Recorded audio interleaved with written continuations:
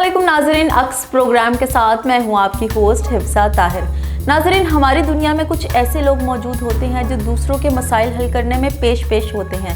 मसला चाहे कैसा भी हो, इनके पास हर मसले का हल मौजूद है। अब आप ये सोच रहे होंगे कि मैं किसी सियासतदान या किसी फ़लसफ़े की बात कर रही हूँ। ऐसे लोग और दुनिया में कहीं पाए जाएं या ना पाए जाएं, लेकिन बरे सगीर पाक व हिंद में ज़रूर हर गली में, हर मोहल्ले में पाए जाते हैं। चलें, मैं आपका सस्पेंस ख़त्म किए देती हूँ। हमारे साथ आज जो शख्सियत मौजूद है वो है अल मशहूर पीर बाबा। तुम्हारा मुस्तकबिल बहुत हसीन है, कल हमारे डेरे पे आना। मेरा मतलब है कि तुम बहुत ऊपर जाने वाली हो। बाबा जी, मैं आपसे अपने बारे में नहीं पूछ रही, हमारी ऑडियंस को अपना तारुफ करवाएं। तारुफ उसका होता है जो तारुफ का मुताज हो। हक अल्लाह दे अल्लाह ले बंदा। कभी किसी ठग ने भी कहा है कि मैं ठग हूं? ये कौन बदतमीज है? बाबा जी, इधर तो कोई भी नहीं है। तुम कौन हो?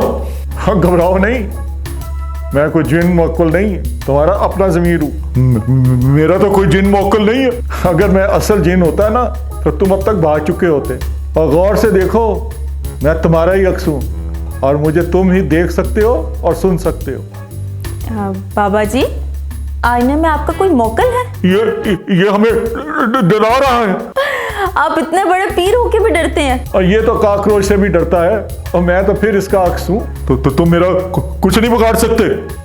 बाबा जी, कोई मंत्र वगैरह पढ़ के आप इसे भगा क्यों नहीं देते? इस नकली पीर का मुझ पर कोई मंत्र असर नहीं करता। मैंने इसे कई दफा दफन किया है, ये फिर जिंदा होकर वापस आ जाता है। बाबा जी, क्या मैं इसे नहीं देख सकती? अगर मैं दिख गया तो तुम्हारे सारे फ्रॉड से पर्दा उठ जाएगा। आप दफा करें इसे। आपने जो सवाल पूछने हैं पूछिए। बाबा जी, आपने ये धंधा कब और कहां से शुरू किया? धंधा? तुम्हें ये धंधा लग रहा? ये सब तबाह हो जाएगा, गर्क हो जाएगा। कंट्रोल करो, तुम्हारा राज खुल गया तो खुद तबाह हो जाओगे। माफ कीजिएगा बाबा जी, फिर मैं आपके इस काम को और क्या कहूँ। हम पीर हैं, आलम है, हमारा काम लोगों के मसाइल हल करना है। हक अल्लाह। जिसका कोई मसला ना हो उसके भी मसाइल पैदा कर देते हैं। ये सुना है कि आप महबूब में ला देते हैं, जिसकी शादी ना हो उसकी शादी करा देते हैं, जिसकी औलाद ना हो उसको औलाद दिला देते हैं, और तो और लोगों के कारोबार भी चमका देते हैं। ये सब हमारी करामात का नतीजा है। और शैतानी जहन कहो। अगर ये सच है तो ये इल्म किताबों में क्यों नहीं मिलता? और शोभदाबाजी की तो दर्जनों किताबें हैं। किताबें तो मौजूद है, पर इस इल्म को हासिल करने के लिए बहुत से चिल्ले काटने पड़ते हैं, और ये काम हर इंसान के बस का नहीं होता। और फिर शोभदाबाजी के लिए तो प्रैक्टिस करनी पड़ती है ना। बाबा जी, अक्सर लोग जो पीरों फकीरों को नहीं मानते, उनका ये कहना है कि अगर ये लोग इतना ही पहुंचे में हैं तो खुद के लिए कुछ इल्मियात क्यों नहीं करते? बहुत अच्छा सवाल किया तुमने। हम खिदमत खल्क करते हैं, और ये जो मुआवजा है ये तो हम अपने मोकलों से काम कराने के लिए लेते हैं। यानी आपके मोकल भी रिश्वत लेते हैं? तौबा इस्तगफार पढ़ो, तौबा इस्तगफार पढ़ो। हमारे मोकल इर्द गिर्द ही रहते हैं। अगर मोकलों ने सुन लिया तो वो इस स्टूडियो को तबाह बर्बाद कर देंगे। हक अल्लाह दे अल्लाह ले बंदा। अब बंद कर रही है ड्रामा। पीर भी खुद, मोकल भी खुद। चलें, आज हमें एक नई बात का पता चला। अभी तो ट्रेलर है। अच्छा बाबा जी, ये बताएं, रूहानी इल्म और शैतानी इल्म में क्या फर्क है? ये किससे सवाल पूछ लिया आपने? रूहानी के या शैतानी, इल्म तो एक ही है। बाबा जी, जरा इसकी वजाहत करें। ये दुनिया किसने बनाई? अल्लाह ने। इंसान को किसने बनाया?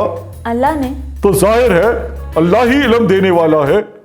अगर इल्म को किसी अच्छे मकसद के लिए इस्तेमाल करो तो वो रूहानी, और अगर उसे किसी गलत मतलब के लिए इस्तेमाल करो तो वो शैतानी। और अगर लोगों को बेवकूफ बनाए तो दफा 420। ये कौन सा इल्म है? ये पुलिस थाने का इल्म है, उसे अच्छी तरह जानते हैं। दरअसल मोक्कल बीच में आ गया था, फेसबुक पर लड़की को पटाने की फीस पूछ रहा था। आपके मोकल इंटरनेट पे भी काम करते हैं? देखिए, जब से ये कोरोना वबा फैली है तब से लोग हमारे अड्डे पे आने से डरते हैं। तब से हमने और मोकलों ने इंटरनेट पे काम करना शुरू कर दिया। बाबा जी, आप रूहानी और शैतानी इल्म की कौन कौन सी कैटेगरी में काम करते हैं? शैतान के सच्चे पैरोकार हैं। सच तो ये है कि औरतें हमें मजबूर करती हैं ये काला जादू करने के लिए, रूहानी इलाज के लिए तो बहुत ही कम लोग आते। ये रूहानी अमल के लिए मौलवी हजरात है ना। अक्सर औरतें काला जादू करवाती हैं, ऐसा क्यों? हसद, कीना, नाशुक्री। औरतें मर्दों को अपना गुलाम बनाना चाहती हैं। हक अल्लाह, दे अल्लाह, ले बंदा। और मर्द हजरात? और मर्द हजरात वो अपने कारोबार या दौलत के हसूल या अपनी पसंद की लड़की को पटाने के लिए आते। और ये जो रास्तों में चौराहों पे काले बकरे की सीरी फेंक दी जाती है, इसकी क्या वजह है? ये काले जादू के लवाजमात हैं। इसके अलावा और भी बहुत से चिंद परिंद के लवाजमात इसमें शामिल होते हैं। हाँ, लोगों को बेवकूफ बनाने के ये सब हथकंडे हैं। अगर आप भी किसी को पसंद करती हैं और वो आपके काबू नहीं आ रहा तो हमारे डेरे पे आइए, सब काम ठीक कर देंगे। हक अल्लाह, दे अल्लाह, ले बंदा। ये अपने कारोबार की प्रमोशन कर रहा है। जी शुक्रिया, फिलहाल कोई ज़रूरत नहीं। वैसे ये बताएं कि मोकल वाली बात कहाँ तक दुरुस्त है? वो इनके तनख्वाहदार एजेंट है। बगैर मोक्कल के ये काम नहीं हो सकता। जो कोई भी हो, जिन, चुड़ैल या परी भी हो सकती है। ओह कॉकरोच! क्या है? कॉकरोच से डरते, जिन और चुड़ैल की बात करते। आपको क्या हुआ? ये जिन मुझे डरा रहा है। आपको डर भी लगता है? आखिर हम भी तो इंसान ही हैं। हक अल्लाह, दे अल्लाह, ले बंदा। वैसे एक ज़ाती सवाल है, आप माशाल्लाह से अमीर तरीन लोगों में शुमार होते हैं, आपका पीरी फकीरी के अलावा कोई ज़ाती कारोबार भी है? ये खबर आपको कहाँ से मिली? और जर्नलिस्ट और दाई से कोई बात छुप नहीं सकती। तो ये इन्फॉर्मेशन हमारे मोक्कल की है। लगता है कि आपके मोक्कल भी काफी मजबूत है। ये बात हम प्रोग्राम के बाद नहीं कर सकते। अगर इनकम टैक्स वालों को भनक भी पड़ गई तो वो लेने के देने पड़ जाएंगे। तो नाजरीन, ये थे हमारे अलमशहूर बाबा जी। असल और नकल का तो पता नहीं, लेकिन काफ़ी लोग इन पर यकीन रखते हैं। आप लोगों की राय हमारे लिए काबिल एहतराम है और जादू तो बरहक है। फिर हाजिर होंगे एक नए प्रोग्राम के साथ। मुझे दीजिए इजाज़त। अल्लाह हाफिज़।